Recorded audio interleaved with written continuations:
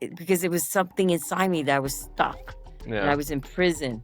And when I heard other people's stories and where they were at, but it was that freedom. I said, I want that. Yeah. I want that.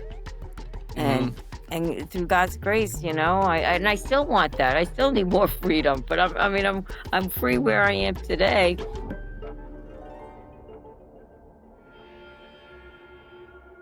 Hello, and welcome back to Retrieving Sanity with your podcast host, Keegan, and this is your podcast for all mental health, addiction, recovery issues, and topics. And don't forget to go ahead and go on over to YouTube, hit subscribe and like, leave a comment. And I've got a question real quick, though. What happens when every foundation you've built your life upon, such as your health, your relationships, and even your faith, is stripped away? What do you do with that? So I've got someone who's going to answer that question for us because she's lived that kind of life. So Gina Economopoulos, did I say that right? Perfect. It was great. Okay.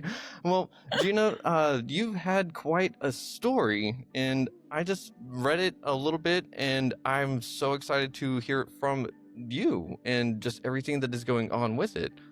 So why don't you tell us a little bit about who you are, where you're from, and what your book is about? I'm a first-time author. It was just published last August, but I still feel like it's a first time. It's all new to me. Congratulations. Thank you. It's my memoir. So it's a true story. It's not fake news. No fake news here. It's all true, I say. Yeah, I right now I live on the Jersey Shore. Okay. And this is where I experienced my freedom. I found freedom here within. Okay. But I never had that freedom throughout my life. No. And we all have our story to tell. We could all write a book. And to be honest, I never thought I would write my story, but it just felt like I was inspired by God to say, hey, you have a story, a message of hope and strength, put it out there, it out there. But like I said, like 30 years ago, I wouldn't never dreamed that I would be here talking to you, Keegan, about my life. Never dreamed. And even backing up, I'm from New York. I'm from one of 8 kids, so very loving Italian Greek family. Gotcha. Great upbringing. I was born with a lot of health problems, so I struggled with many surgeries, and I formed this black cloud around me to say, why me? And I also felt if just say the building blew up, it would be me that would go to the hospital. That's how I felt. I was so used to doctors, used to hospital, used to being in accidents, and used to be the one to get hurt, and everybody else walk away. And so with that kind of mindset as a kid, it kind of formed my identity. Oh yeah, for me. Sure. And but back then you never thought of it, right? I mean, my family loved me. My dad put us all through college. He was a hardworking person. My oldest siblings were very athletic. Yeah.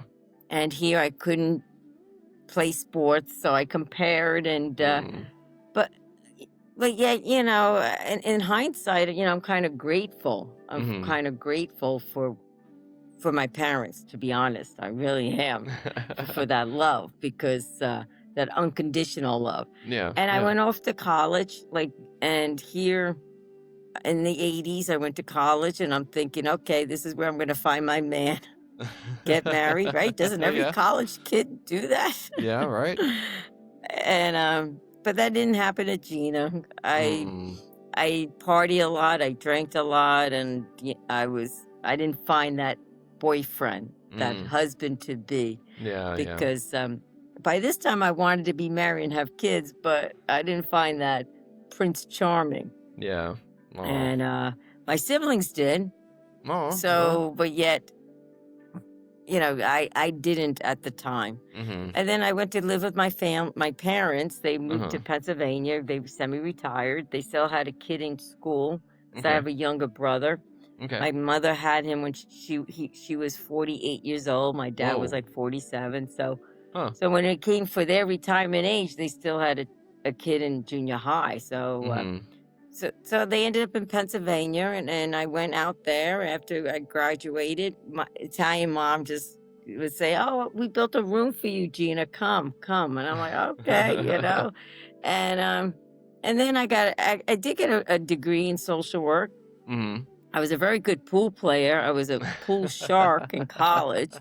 And with those 2 degrees, I got a bartending job. Oh, nice. Like, right? Yeah. Isn't that great? Yeah, perfect. But in hindsight, I'm looking for the meaning of life or the purpose of life or something. Yeah.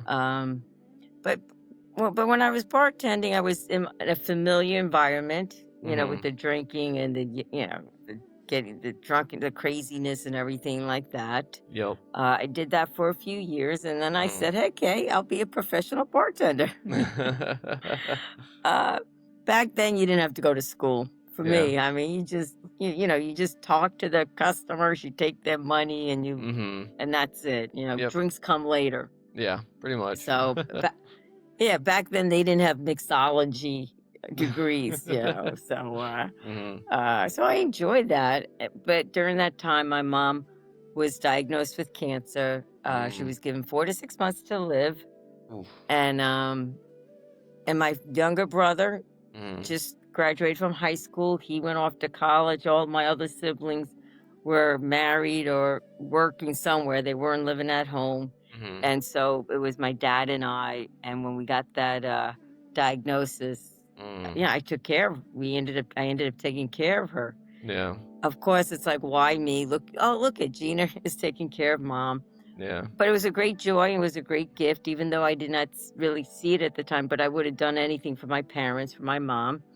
But she died in 5 months. Ooh, my condolences. Yeah, and so that was my first, you would say, tragic happening in my life of losing your mom at the age of 23, watching her literally die, trying to do everything you can to keep her alive. But she had bone cancer, and back then, in the early 90s, there was not. I mean, who knows what they have today, but back then it was, treat whatever it was. But my mother died, you would say, with grace.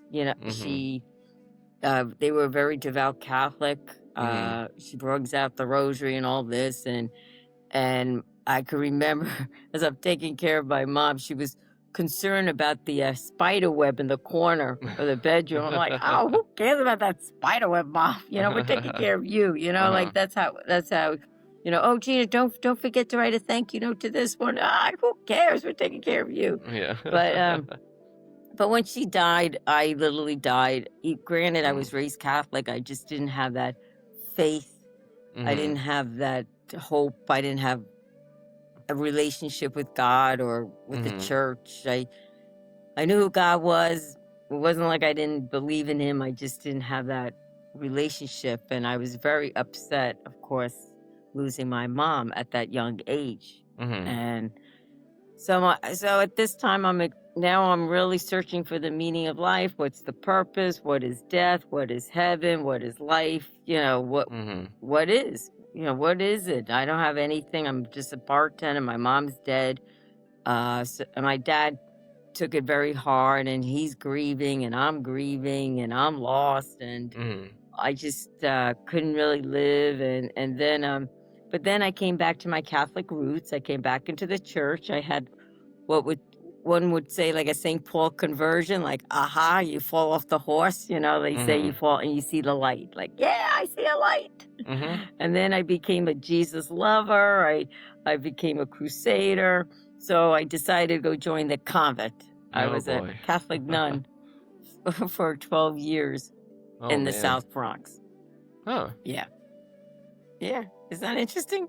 That's very interesting. Bartending the nun, or I should say bartending pool shark nun. So was getting closer to your higher power how you beat your grief, your alcohol problems and all that? What else happened in your memoir? Well, in my memoir, I got kicked out of the convent, so that's all in my memoir. I was emotionally abused. I was mistreated. So it was like another trauma in a way. And then after 12 years, when they said to me I didn't belong there anymore, I'm like, now I'm in my 40s. I'm really totally lost. I lived a very austere life. So coming into the world in the late 2000s, it's like, how do you do this? How do you do that? But yet, I went to go live with men with disabilities. Now at this point, I came back and I started drinking again in a way where I can drink. As a nun, I was drinking, but I was hiding. But I can drink. And mind you, Keegan, I'm Gina Economopoulos. Who would think, you know what I mean? I'm a cute little girl or cute nun or whatever you want to call it. Nothing, but I was broken on the inside and nobody knew. Yeah. And I didn't share the pain that I was enduring from the hands of the community. Yeah. I wasn't sharing that because I'm like trying to make peace, etc., people pleaser. So anyhow, fast forward, after I lived with the men with disabilities, it was a transition time. And that's where I came back to the Jersey Shore. Not came back. This is when I learned the Jersey Shore. I decided because I wanted to do what Gina wanted to do. And Gina loves the beach. Beach is where heaven and earth meet. So it's like, yeah, I'm tired. I'm tired of serving. I'm tired of figuring out what the world is or what God is or any, not what God, like why things happen. I was still angry about what happened with me as a sister, but I was like, okay. And so I went back to bartending. That's the only thing I knew how to do was bartending, a nun and a bartending. Yeah. So now I'm back into bartending. Once again, a familiar environment. This guy named Danny walks into the bar. Okay. And we started dating. I said, oh, okay. I really never dated a guy in so many years because I was a nun. And and he did not know that I was a sister, and he was a former cop and everything. And so we started, we liked each other. We had, common things. And I was like, oh, wow, this is a great guy. This is a nice guy. Finally, I can find a guy. Yeah. But he was an alcoholic. Oh. And to be honest with you, Keegan, that was my first encounter of an alcoholic, or thinking what an alcoholic was. Gotcha. I was in such denial in my whole life, and I was a runner. And but anyhow, to me, I like probably many other people in the world, an alcoholic to me was someone with a paper bag under the bridge. That's the stigma. Yeah. And so. And so here's a retired cop. He's an alcoholic. I'm like, why? And he's drinking. How could this be? And he, there was love behind it all, beyond it all. And he tried so much to stop. And he did. He did find sobriety, which he was a great man, just simply sick, finding sobriety, going to AA. He went to a rehab out in Arizona, so we're in Jersey, and I was like, I'll move out there with you, Danny. I'll go wherever, to support you. I was involved in Al-Anon, which is a 12-step program for family and friends of AA people. So here I go to I'm in Al-Anon. He's in Arizona, and I said yes, I'll go out there, and then he comes back and to get his truck. He goes back to cross country because we were going to end up in Arizona. But his story was that he was sober, but he had a tragic accident with his mom in the car. His mom died. He burned up, and it was just like, why me getting that phone call, that 360 degree turn to say, mom died and Danny's burned up in Indianapolis. Halfway. And so I did. I went out to Indianapolis to be with him and to find out, and thank God he did survive. We connected with the friends of AA there, as well as Al-Anon. So we're like, okay, this is it. But and I'm still kind of new about alcoholism and alcoholics. It's all about him. I'm enabling and everything like this. Nothing about me, but it's all about him. And then he happened. I mean, what does an alcoholic do when you see your mother burn up in a car? Just drink. Yeah, he relapsed. He drank, and I'm like, why did you drink? Because I had no idea about the disease itself. I'm still in the dark with my own self. And okay. And this was about 13 years ago. So anyhow, he I kind of went off the railing, not in the drinking, but with my mind, like the manipulation, the yelling, like, I can't believe it, you were saved from this accident. Like, I couldn't understand why he picked up. Yeah. He picks up, and then we're still going to get married, even though, I mean, that's how kind of sick I was, we're still, and it was insanity, we were still going to get married, like, in April. But then but anyhow, I had kicked him out. But then a month before our wedding day, I found him dead from the disease. So, yeah. So all this is in my story. All this is in my memoir. And that was the point with Danny's death, that I was shot. I was in such a dark place. At this point, I was like, I gave up life. I gave up pushing forward. I gave everything up. I gave up on God. I gave up. All I did was I wanted to die. So I come back to Jersey, simply existing a zombie. And somebody had mentioned to me, and all I did was cry. I was like in such a state of mind, thinking that Danny was alive. I wanted him to be alive. I had a shrine, and I mean, it was so hard. I had my wedding dress that I never wore. It was my dream. Yeah. And but then somebody invited me to go to an AA meeting. So here, I'm like, why do I want to go to an AA meeting? I'm not an alcoholic. And I did go because I wanted to find out why Danny died and these people were sober. Like, what is this program? Why didn't it work for Danny? Like this and that. And as I was there, because they do have Tradition 3, which means stating desire not to pick up. So I never qualified myself. But for 10 months, I'm a slow learner, Keegan, very slow, that I was there to say, desire not to pick up, the desire not to pick up. I was so angry. I hated them all. I was like, I couldn't understand why seeing some of these sober people that may have years of sobriety and they were still jerks, I'm like, and Danny, like I couldn't understand that at all. Yeah. But during that time, God did for me what I couldn't do for myself. My eyes opened up, or I should say, in one of the meetings, I raised my hand. I said, "Hi, my name is Gina. I am an alcoholic." And that was like on April 2nd, 2015. And here, Keegan, I'm thinking, oh my God, another thing to add to myself. I said, what is this? What is this? And then comes to find out, one day at a time, that yes, then I look in hindsight.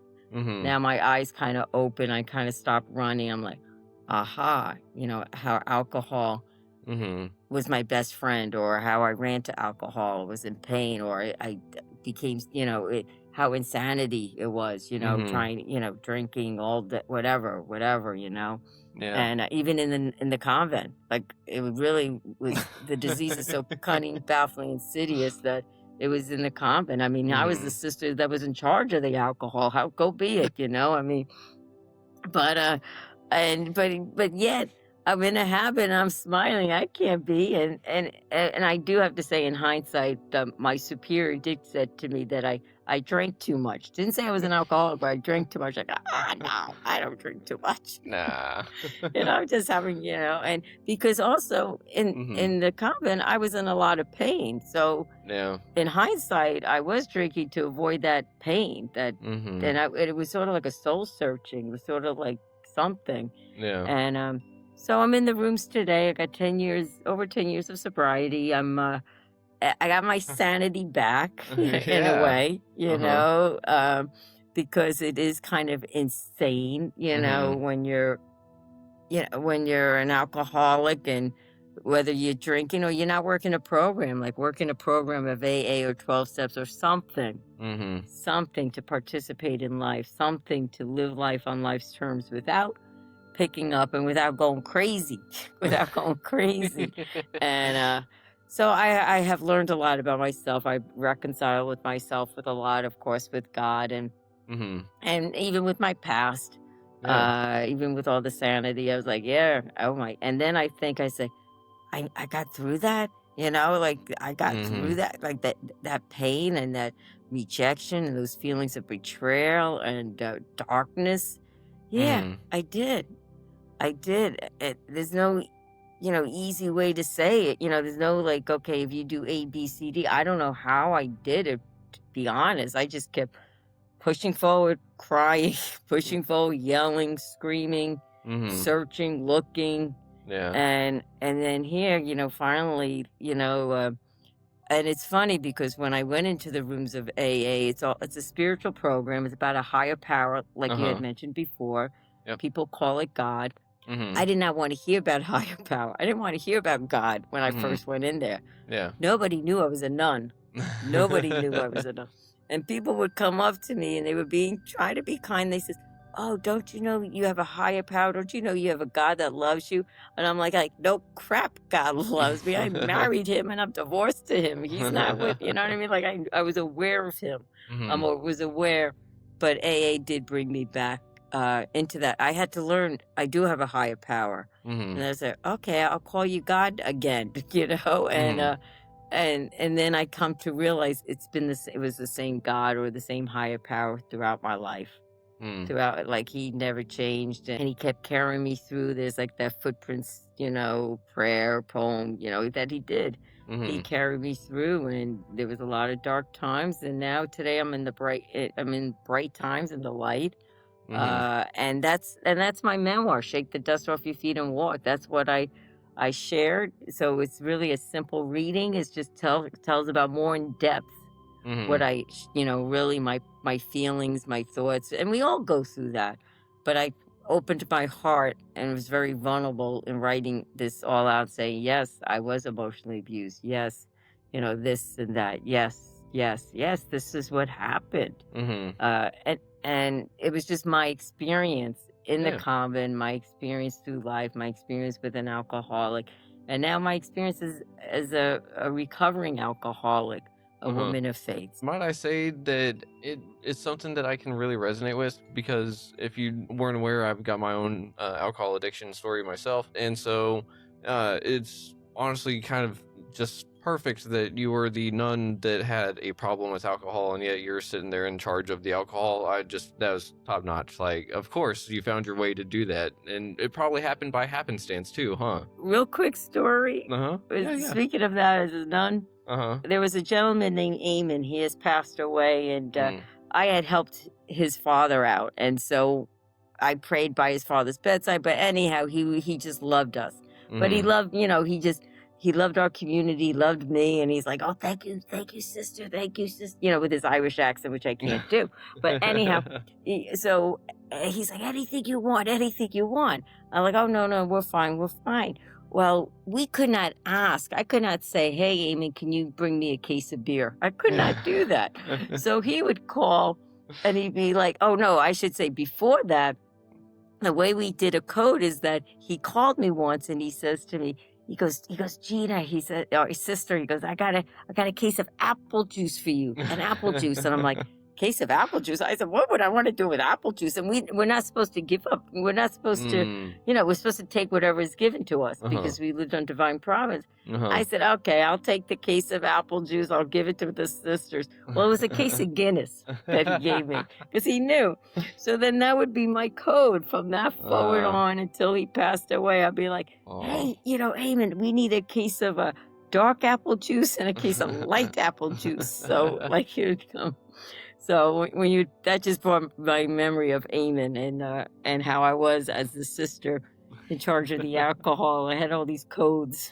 Oh man, was that one of the things that kind of like messed with you while you were in the convent? Did you like have a struggle with that? Did you think that you shouldn't be drinking that much or anything, or was it just totally normal at that point? For me, it was like a totally normal.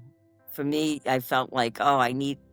What was of course at the moment, but in hindsight, all my mind was about alcohol. My thought was like, oh, I can't wait for Sunday or Saturday or it's this day to have alcohol. Oh, I can't wait. To me, it was like my safe place. To me, it was sort of like because I was in so much pain, emotionally, mentally, spiritually, that when I couldn't wait to get that alcohol sip within, it was like. But I didn't think it was. I didn't think I was an. I thought it was just everybody thinks that. I mean, that's kind of how my first communion went. Whenever I first had my first communion, it was like, oh, hey, that makes my tummy feel a little good. I like that. And then that just kind of sparked it up for me too, I think. Who knows? Yeah. Yeah. I just was like, and then when the sister did say to me I was drinking too much, and she says, you can only have one beer at a gathering, I would have that one beer in front of her, but I would sneak the other beers, or if there was the lay people at this gathering, I was like, oh, let's switch my Coke to your drink, let me just drink. And it was just something that, I don't know, it was just something that I needed for myself, or it was an escape.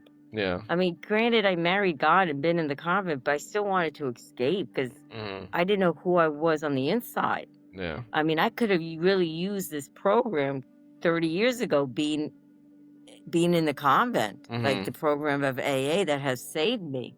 Because if I did have the program back then, I wouldn't put up with that crap that I put up, because I was, I was a people pleaser. So I was just broken. Going on, lost my mom, grieving, looking, jumping, and everything like this. And when somebody, and everybody, like I said, everybody loved me. They couldn't say no to me. I'm like, I was Sister Regina.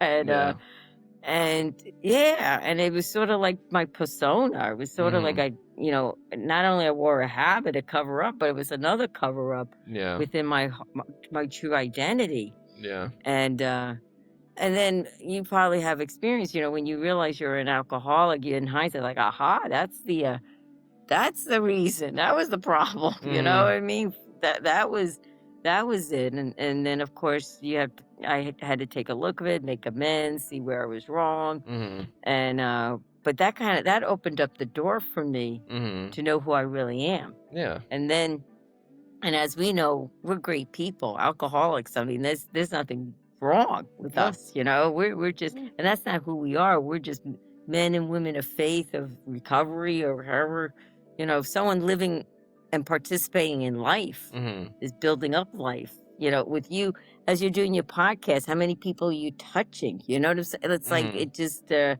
like a dominoes effect when we put down that drink. When we put down that drink, we could do everything. Yep. That is for sure. Real quick, what is your favorite step? My favorite step? Oh, I like step 3. Ooh, step 3 is a good one. 1 and 3. 1, 2, and 3. You like the first 3? The Trinity of steps? Yeah, the Trinity. I can, he can, let him. There you go.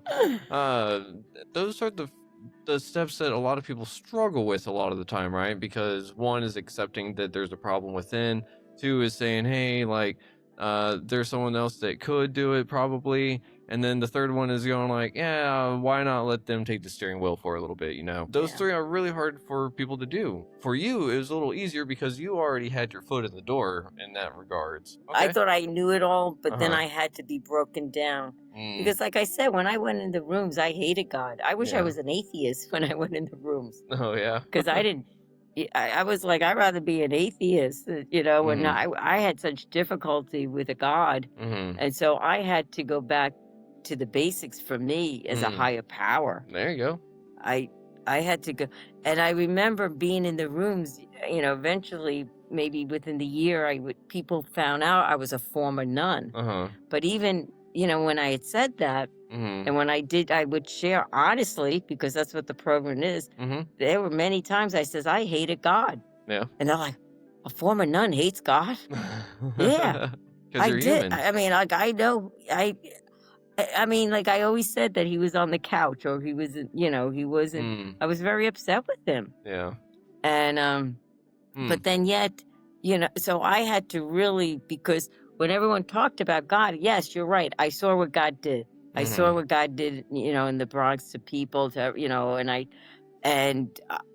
I was like, I blamed God for everything in my life. Yeah. So how could I trust him or come back to him? So I really had to deprogram myself.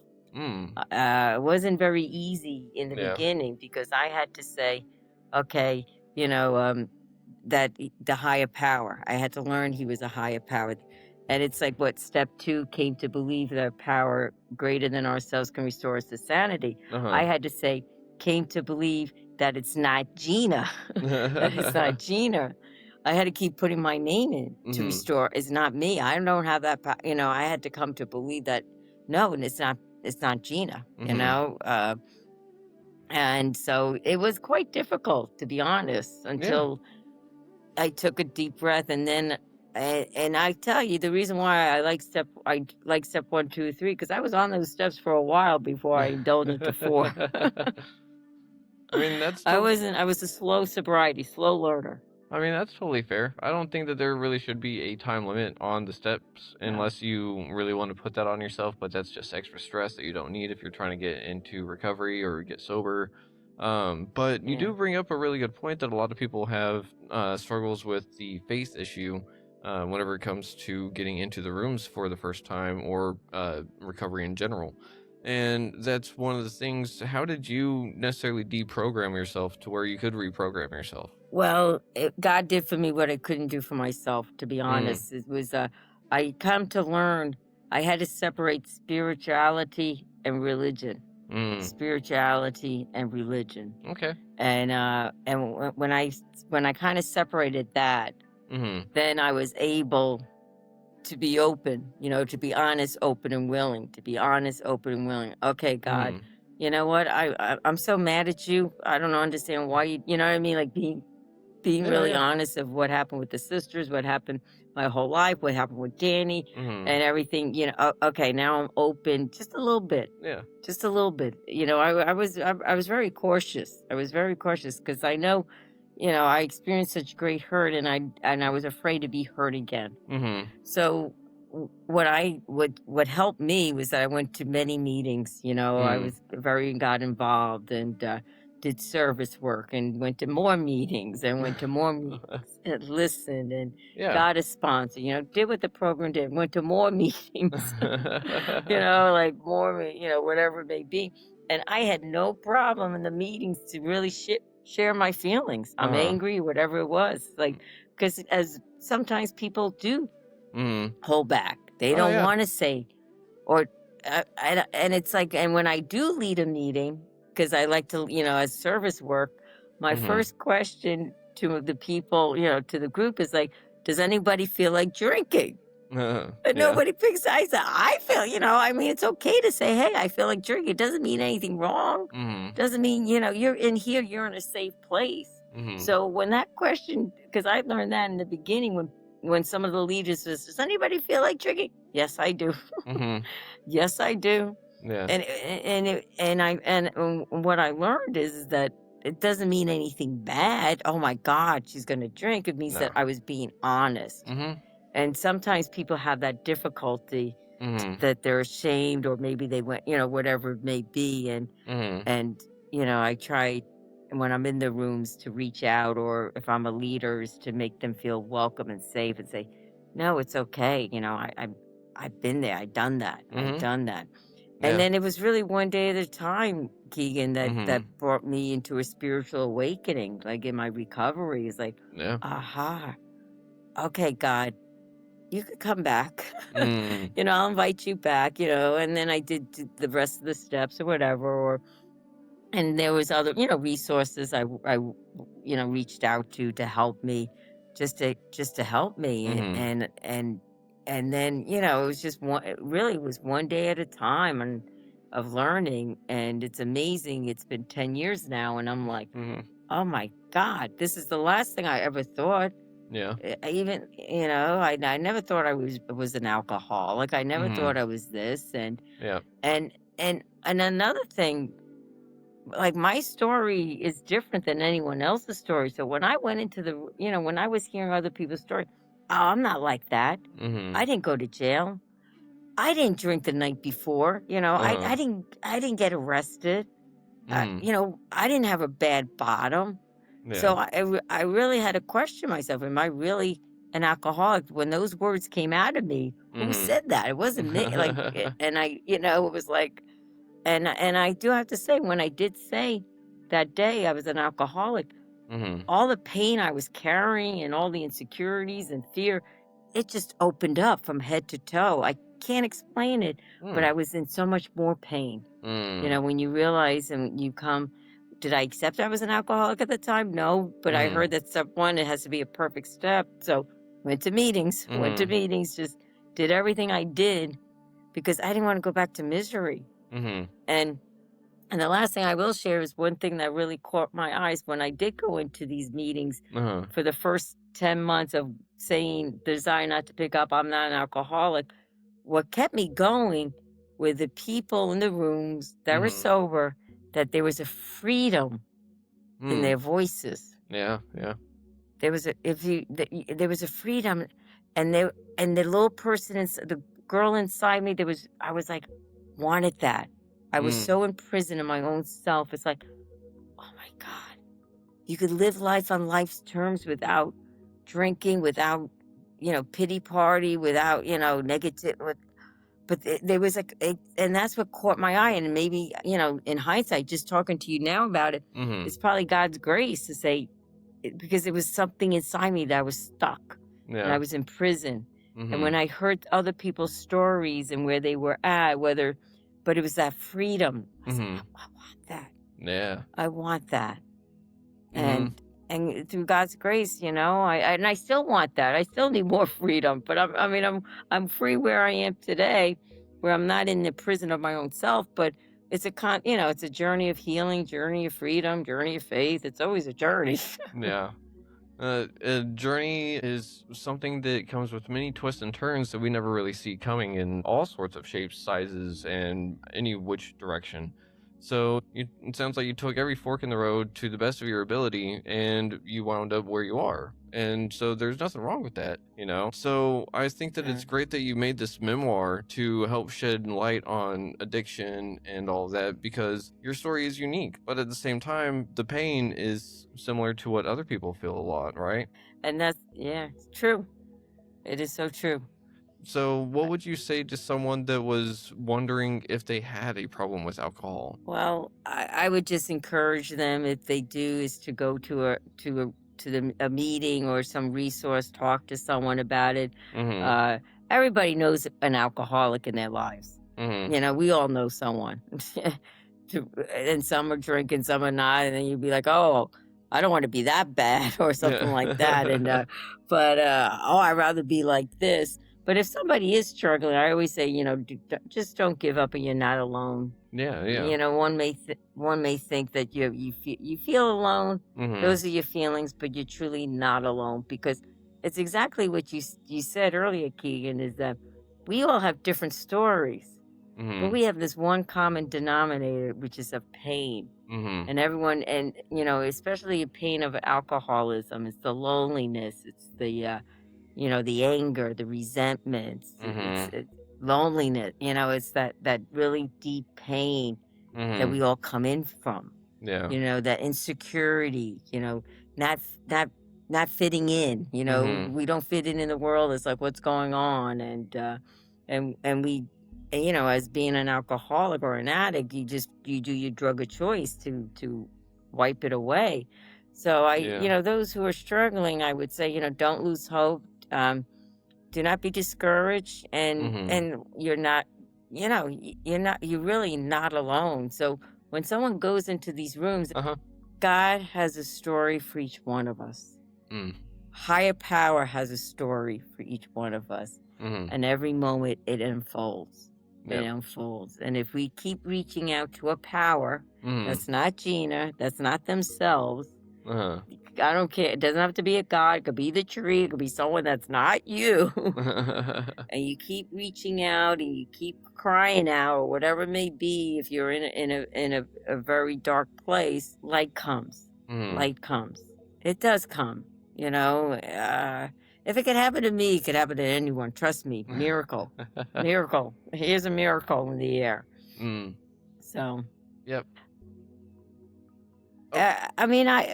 In hindsight, I was looking I was soul searching for myself.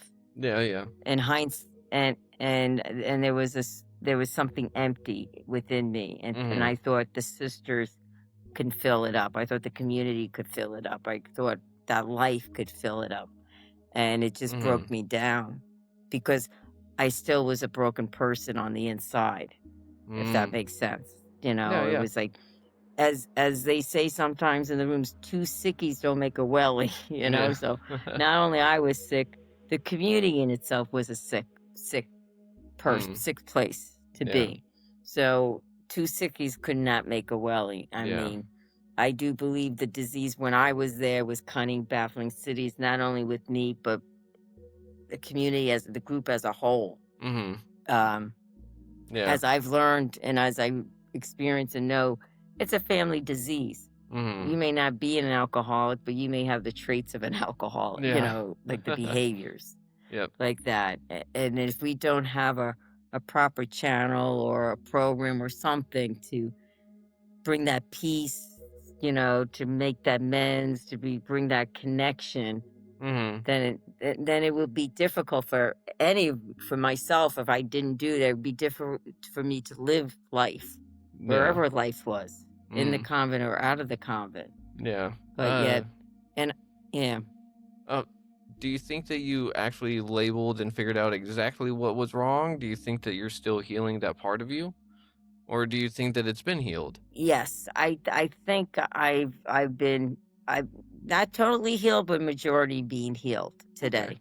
Of that part of me within, because there's always I always believe I cannot be perfect in anything, because if I be perfect, then I will fall short. And as being an alcoholic in recovery, it's not a prize-winning race, you know. You don't graduate. So I have to really be aware and be conscious not to take my sobriety for granted or my life for granted. And in that, you know, in life, things do happen. We're human. We do fall short and we do get hurt. So there is still, you know, the wound, whatever you want to call it, within myself, you know, that I constantly, you know, feed with love, you know, if it comes up. And then it could be, then there's something else comes up, you know, something else comes up. But today I know I'm standing firmly in my faith, in my sobriety as a woman today. And I just have to be in today, and I have to be in gratitude, because without gratitude, I could easily pick up a drink. Like we could easily, I don't care how many years, days we have, 30 years, we're always an arm length from a drink. So I always have to keep that in mind, of working my program, my relationship with God, with my higher power, to be on the spiritual beam, as we call it or hear it, you know. And if I fall off the beam, what do I need? Okay, I'm broken. Okay, something triggered me. You know, maybe something from the sisters, from the convent. But then I remind myself, I'm not that person anymore. I've already be gone. Be gone. I've been healed. Later, you know, let's move forward. Let's move forward. Let's keep moving forward. But I think that's life, and I think that's our journey with higher power, with God, whoever, you know, that's my journey that keeps me on my toes to say, okay, yeah, I need you. Oh yeah, I'm hurt or whatever it may be, or things happen and triggers, and because I also learned, Keegan, life goes on with me or without me. And things happen with me or without me. I can't stop it. And that's where, you know, thinking about step one, being powerless. Like I have no control. I'm a real control freak. and I have to learn, no, you know, God, you're in control of people, places, and things, or with whatever, you know. First, I'm powerless over alcohol. So, okay, I keep that at bay. Yes, I am. and then life goes on. It's like, okay, I'm powerless over, you know, this situation, that situation, life. And then what do I do? Okay, God, a higher power, come into that situation, whatever it may be. Okay, I'll let it go. No, I don't want to let it go. Yes, I got to let it go. No, I don't want to let it go. You know, like a tug of war. And then, you know, and ultimately, you know, we have that serenity prayer to grant, you know, there's so many tools I have learned through the program, and even as a nun, because the Christianity, the Bible, and things like that, that keeps me going, that keeps me, you know, at bay, and that keeps bringing light. I always say more God, less Gina. So if I keep doing that, then, and then when I'm totally healed is when I see my maker. That's when I'll totally be healed at my last breath, God willing. So fair enough. That's a good example and a good way to look at everything, because it does wrap everything up in a nice little bow, in a sense, Thank you. Thank you. Of course. If you are still willing, I've got a little bit of a game show segment ready for you to go. Sounds good. Alrighty. So, Gina, your book, Shake the Dust Off Your Feet and Walk, is all about knowing when it's time to move on from something that's holding you back. So in this game, we're going to throw a bunch of situations at you, rapid fire style. And for each one, we just need you to tell us if you'd shake the dust and walk, or if you'd stay and work it out. And then give me a quick reason why. So, with that, are you ready? Okay. Alrighty. I'll do my best.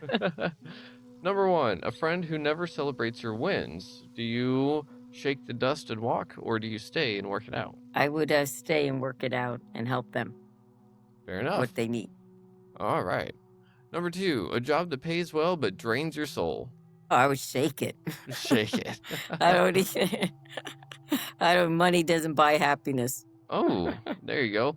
All right. Number 3, a faith community that no longer aligns with your values. I would shake it, but I would shake it with grace and move forward. I don't condemn, don't judge, just move forward and find a community of my same faith base. I'm not there to fight. Fair enough. All right. Number 4, a relationship where apologies happen but behavior never changes. Ooh, I would stay and work it out on the relationship. Yep. Okay. And because everyone is worth it, to give a second chance, and it teaches me to learn to accept people for where they're at. Fair enough. It depends on the, so. Yeah, every situation is different. Yes. All right. Number 5, a dream you've had since childhood that now feels impossible. Then I've had that's yeah, I will shake that. Shake it? All right. I will shake it. It's not that it's impossible, but I'm living the dream now, so I don't even know what kind of dream I'm living a dream right now, so I'm happy where I'm at. Fair enough. I like that. And number 6, a social media habit that leaves you feeling worse after scrolling. I would just shake it. Shake it. Nothing should, I won't take, don't take things personal, just move on. Social media, fake news. Fake news. All right, number 7, a volunteer role you love, but you're burnt out. I would, that would be both. Both? I would shake it, give it like some time, take a pause, look at it, see what I need to do, take care of myself, to go back and help and do that, to do that kind of service. Okay. Because I have been in those kind of positions, but then I go back, just refresh, renewed. Mm-hmm. Fair enough. I like that. And then number 8, a family tradition that feels more like obligation than joy. Oh, I can't. I won't shake that, because all my family traditions are full of joy. There you go. I enjoy them. And if anything, if I have to work it out, I would work it out, but it would be working out with joy. There you go. All right. Number 9, a project you've invested years in, but it's going nowhere. I would start. I mean, it honestly, it's like with my book. I would say I would want to shake it off and say forget about it. But I'm continue to trying to promote the message of hope and the hope and strength through media, through social media. So that's a both. All righty. And then last up, we got number 10, an inner belief about yourself that you've carried since childhood. Inner belief of myself. I carried since. Oh, I shook it off. You shook it off? Shake it off. Yeah. Alrighty. Yeah. The false self. I had to think about it. That question was, what does he try to say? Is it a trick question? Nope. Just right up there. No. No. All right, Gina. You've played our game of Shake the Dust lightning round, and you have earned the honorary title of the Hope Alchemist, because you don't just find hope, you turn life's heaviest pains into something life-giving for others and yourself to just be renewed. So, Wow. yeah. That's great. Thank you. Of course. See, it's worth more than money. Yeah, there you are.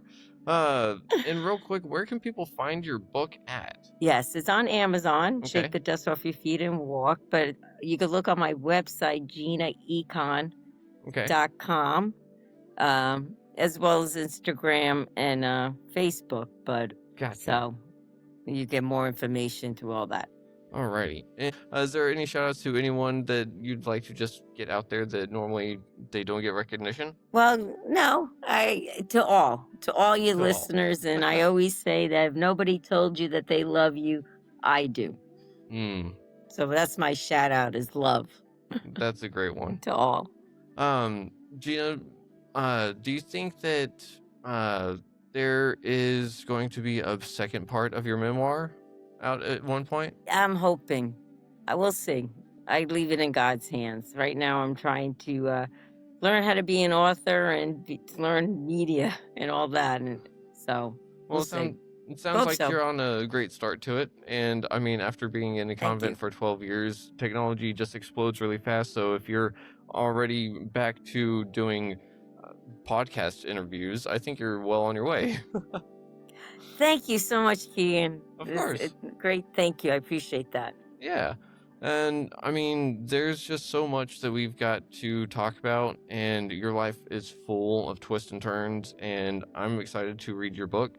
And so I'm excited for everyone else to hear this episode and to find your book as well. But Gina, the name of this podcast is Retrieving Sanity, and we explore how all facets of living life impact our mental health. Looking at the incredible motley adventures of your life, what does retrieving sanity personally mean to you today, and what's one practice or perspective you believe is crucial for anyone on that journey? Yes, retrieving sanity is, for me, today's just waking up and being grateful to God, and that to try to live in the present moment as a sober, faithful woman today. So, fair enough. Well, Gina, it has been an absolute honor and a pleasure having you on the show today, and I look forward to having you on in the future if you're willing to be on in the once your second book comes out. Yes, I am. Thanks, Keegan. I appreciate you and all the listeners. God bless. Of course. And everyone out there, thank you for listening to Retrieving Sanity on WDJY 99.1 FM. And as always, you gotta love yourself if you can, but love others too, but after you love yourself first. And always stop on over by retrievingsanity.com for a list of all guests and their websites. And don't forget to check out Amazon. So go on over, check out her book, and we will be able to see y'all next week. So with that being said, much love. Stan.